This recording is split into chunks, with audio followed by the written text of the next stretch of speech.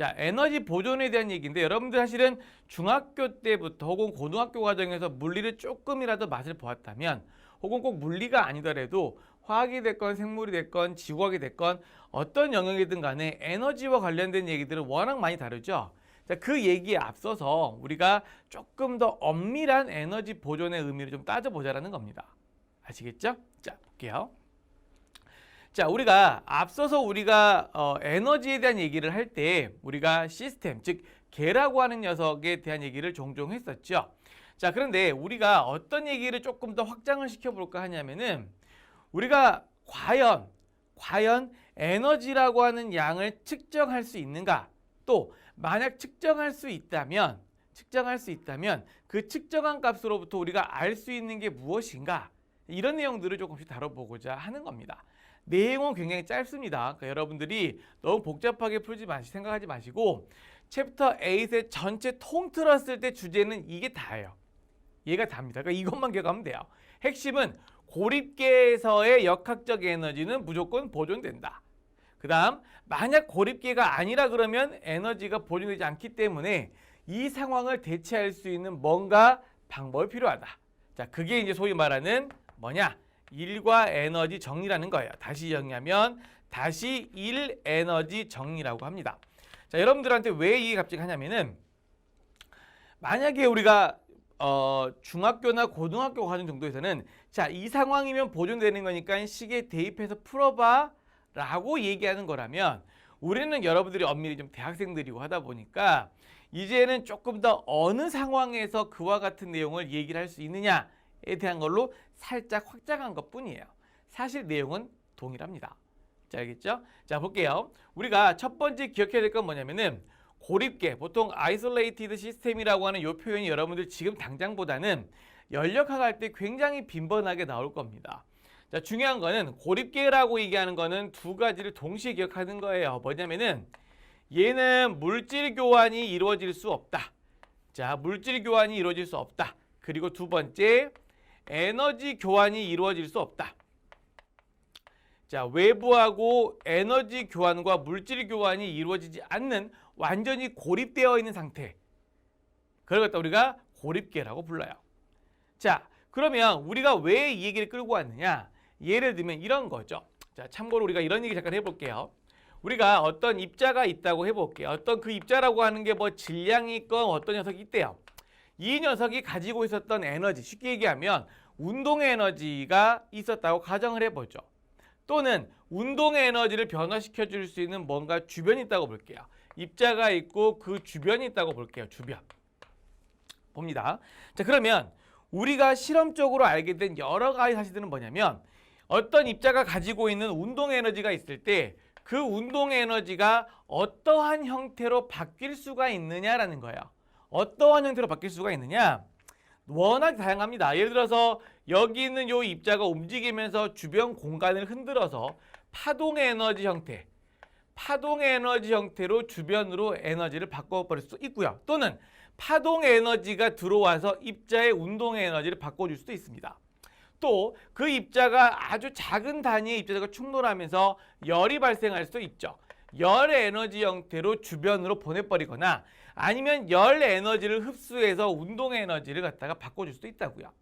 또 뭐 여러 가지가 있습니다. 예를 들면 열 좀 더 얘기해 보면 빛에너지 형태로도 바뀔 수가 있죠. 전자기파가 발생한다거나 또는 그런 빛에너지를 흡수해서 입자의 운동의 에너지가 바뀐다거나 이런 형태, 그러니까 굉장히 다양한 형태의 에너지로 전환이 가능해요. 실험적으로 알려진 바에 따르면. 자, 그런데 우리가 어떤 한 입자라고 하는 녀석을 잡았을 때는 고립되어 있다라는 표현을 할 수는 없죠. 왜냐하면 이 입자가 만약에 아무도 없는 공간에 얘 혼자 딸랑이 있었다 그러면 얘는 고립계로 볼 수 있지만 우리가 봤을 때 입자 혼자 있다라고 하는 건 사실은 관찰자가 없어야 돼요. 그러니까 그러면 우리가 측정 대상에서 제외가 됩니다. 다시 얘기하면 세상에 나밖에 없어. 그런데 나를 설명하려면 나를 설명할 관찰자가 필요하기 때문에 상호작용이 이루어져야 된다고요. 그렇게 되기 때문에 우리는 뭐라고 얘기하냐면 어떤 입자 자체를 하나만 똑 떼었을 때는 걔는 고립계라고 할 수는 없다. 다만 만약에 그 입자로부터 에너지가 다른 형태로 바뀌어가 전환되거나 할 때에 그 형태를 내가 모조리 다 알고 그걸 내가 이런 식으로 주변과 묶어서 이 안에서만 에너지 교환이 있다라고 했을 때, 즉 이 안에서만 입자가 들락날락 여기 안에서만 왔다 갔다 하지 절대 외부로부터 들어오거나 나가는 게 없고, 에너지 출입하는 형태가 이 형태라 그러면 이 형태밖에 없다고 했을 때 요걸 내가 완벽하게 밀폐시킬 수가 있다면 이 안쪽에 있는 에너지의 총량은 일정해야 되는 거 아니냐. 그렇게 설정한 개가 고립계라고요. 그럼 여러분들이 약간 느낌이 옵니까? 그러니까 얘가 어떤 입자가 있을 때 그 녀석이 얻거나 잃을 수 있는 다양한 형태의 에너지가 있고, 그 형태의 에너지를 내가 모조리 여기에서 교환이 일어나는 거야 라고 하는 바운더리를 쳐버릴 수 있으면, 그러면 이 안쪽에 있는 에너지의 총량은 어때야 될 것 같아요? 일정해야 된다는 겁니다. 그렇죠? 예를 들어서 이렇게 볼게요. 선생님이 가지고 있는 주머니에 현찰이 있습니다. 현금을 생각해 볼게요. 자, 선생님이 생각해, 내가 있습니다. 내가 있어요. 내 주머니에 있는 현금이 이렇게 있대요. 그 내 주머니에 있는 현금을 운동 에너지라고 하죠. 운동 에너지라고 합시다. 자, 그 다음에 내가 가지고 있는 내 이름의 계좌가 있대요. 은행이겠죠.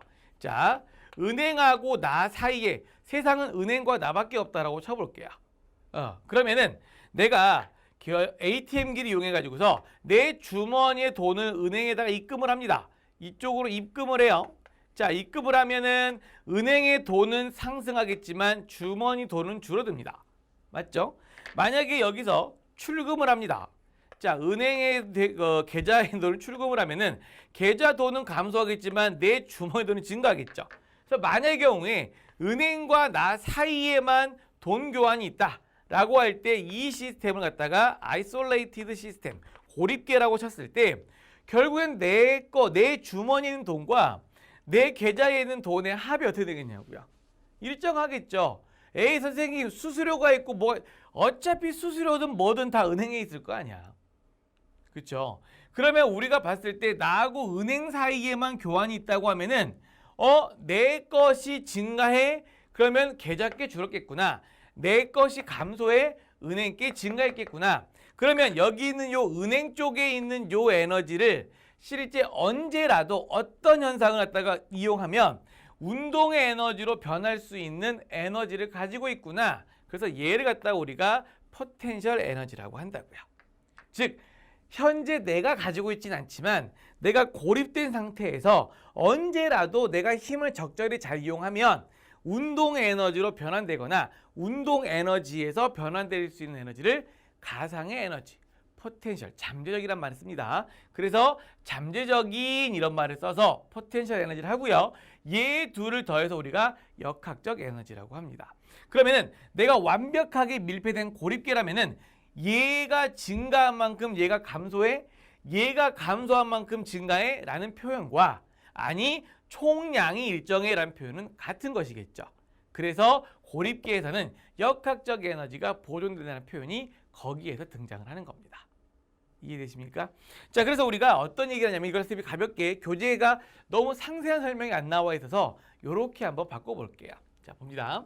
이쪽에다가 선생님이 가지고 올 테니까 가볍게 한번 증명도 아닌 증명을 한번 써볼게요. 사실은 이게 엄밀한 증명은 아니라서. 자, 우리가 어떤 물체 입장에서 고립계를 설정하기 전에는 물체가 받는 일의 총량은 어떤 물체의 운동의 에너지 변화량과 똑같다라고 하는 일 에너지 정리가 있었죠. 자, 그런데 우리가 어떻게 생각을 할 거냐면은 여기 있는 요 일을 하는 주체가 보존력이 존재할 수 있고요. 자, 보존력이 있을 수 있고 비보존력이 있을 수도 있죠. 예를 들면 우리가 알고 있는 보존력의 대표적인 예가 누가 있냐면 중력, 그 다음에 탄성력, 핵력 등도 있죠. 뭐 부력도 있습니다. 자, 그래서 이런 애들이 있고요. 비보존력은 뭐 이름부터 약간 우울합니다. 마찰력, 뭐 장력 이런 등등의 것들이 있죠. 그러면 우리가 이거를 시스템이라고 하는 걸 설정을 하기 위해서 이 식을 살짝 변형해 봅니다. 힘 중에 보존력이 한 일의 총량과 비보존력이 한 일의 총량을 내가 더해보죠. 그렇게 해서 우리가 입자 하나를 갖다 보는 겁니다. 자, 현재 여기까지는 여기까지는 뭐냐면 단순히 내 주머니만 보는 거야. 입자의 운동의 에너지만 보기 때문에 이와 같은 표현은 뭐냐면 고립계가 아니라 비고립계에서 보는 현상이에요. 즉 우리가 비고립계에 대해서 문제를 해결해라, 혹은 입자 하나에 대해서 풀어라 라고 할 때는 이와 같은 방법으로 해결하라는 얘기입니다. 자, 그런데 자 볼게요. 만약에 은행과 나 사이에 뭔가 교환이 있으려면 ATM이란 장치가 필요하듯이 얘와 얘 사이에 에너지를 교환시키는 그 ATM 장치에 해당하는 게 누구냐면은 힘이라 부릅니다. 그 힘을 엄밀하게 우리는 보존력이라고 하죠. 보존력이라고 합니다. 만약에 이런 형태가 아니라 이 개 바깥쪽으로 에너지를 전환시켜 버리는 이런 형태의 힘을 우리가 비보존력이라고 불러요. 자, 그러면은 우리가 봤을 때 보존력이 일을 하면 은행과 나 사이에만 돈 교환이 일어나게 되지요. 그럴 바에는 우리가 이렇게 보자. 보존력이 일을 하면은 내 운동 에너지도 변화시킬 수도 있지만 은행 계좌의 돈도 변화시키는 거죠. 무슨 얘기냐면은 내 주머니에 1,000원이 증가하면 그와 동시에 은행 돈을 1,000원을 빼와야 돼요. 그렇죠? 그렇기 때문에 여기 있는 얘를 갖다 어떻게 썼냐면 포텐셜 에너지 변화에다가 부호를 반대로 썼다고요. 그렇죠? 왜냐하면 우리가 입자 하나에 대한 얘기를 갖다가 하는 게 아니라 시스템에 대해서 볼 때 내 돈의 증감과 그 다음 이쪽의 증감이 서로 반대이기 때문에 그래요. 자, 그렇다면 우리가 이렇게 써볼 수가 있겠네. 자, 비보존력이 하는 일을 이렇게 쓸 수 있겠다.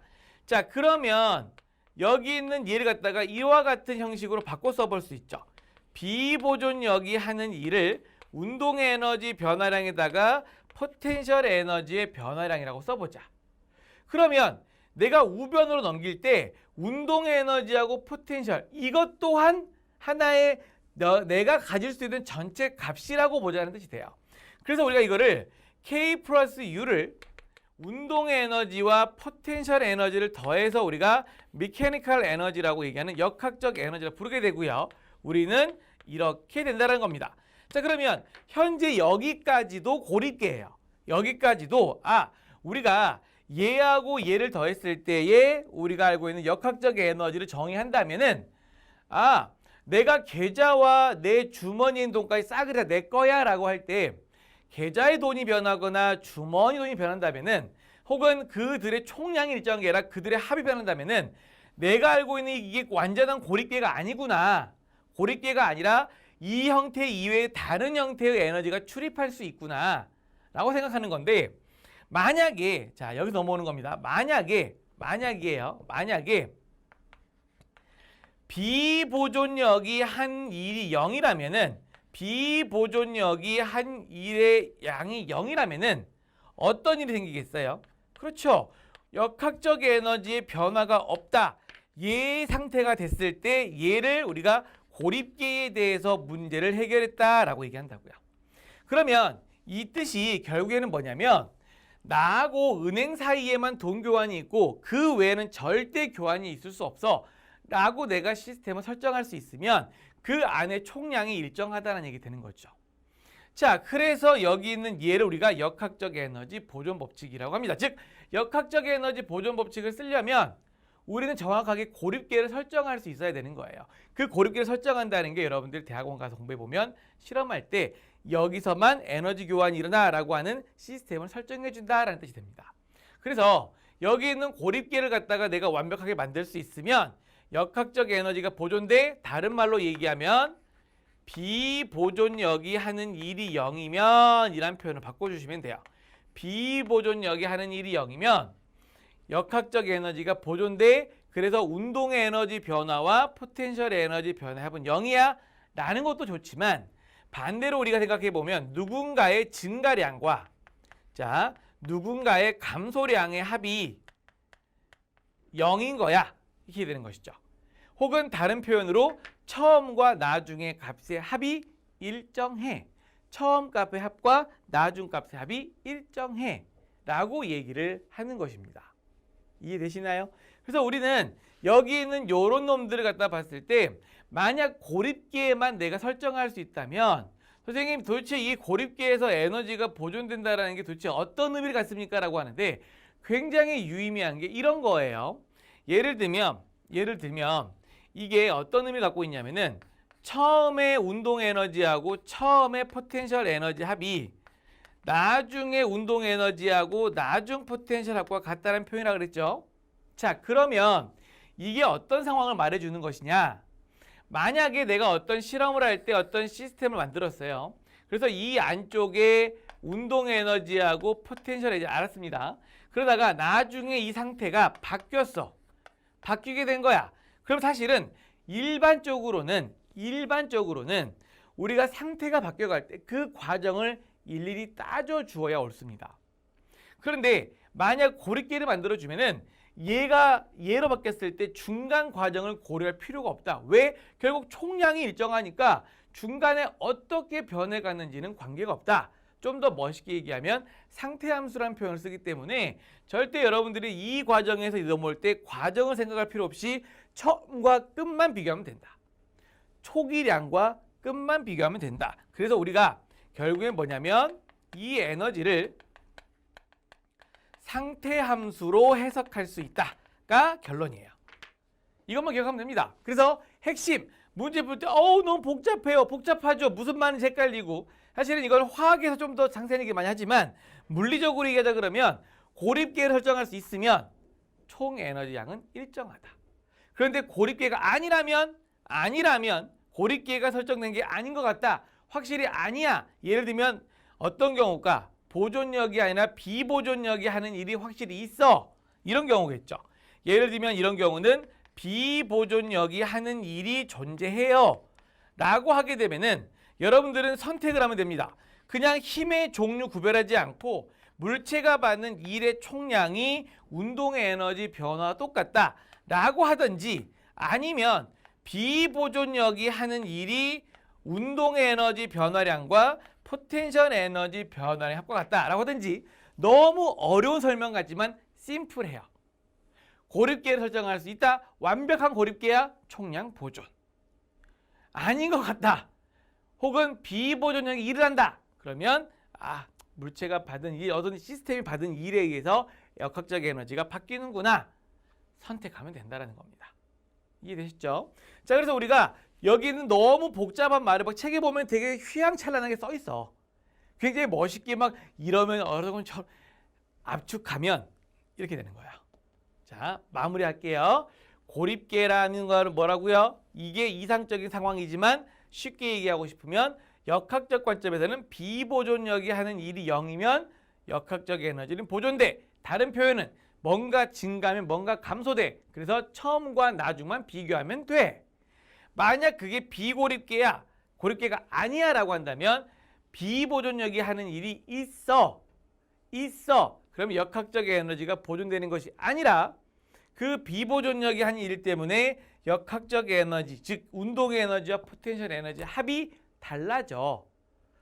혹은 내가 특정 입자에 관심이 있다면 그냥 힘 구별하지 말고 물체가 받은 전체 일의 양이 운동의 에너지 변화에 쓰여. 이렇게 해석하면 된다는 겁니다.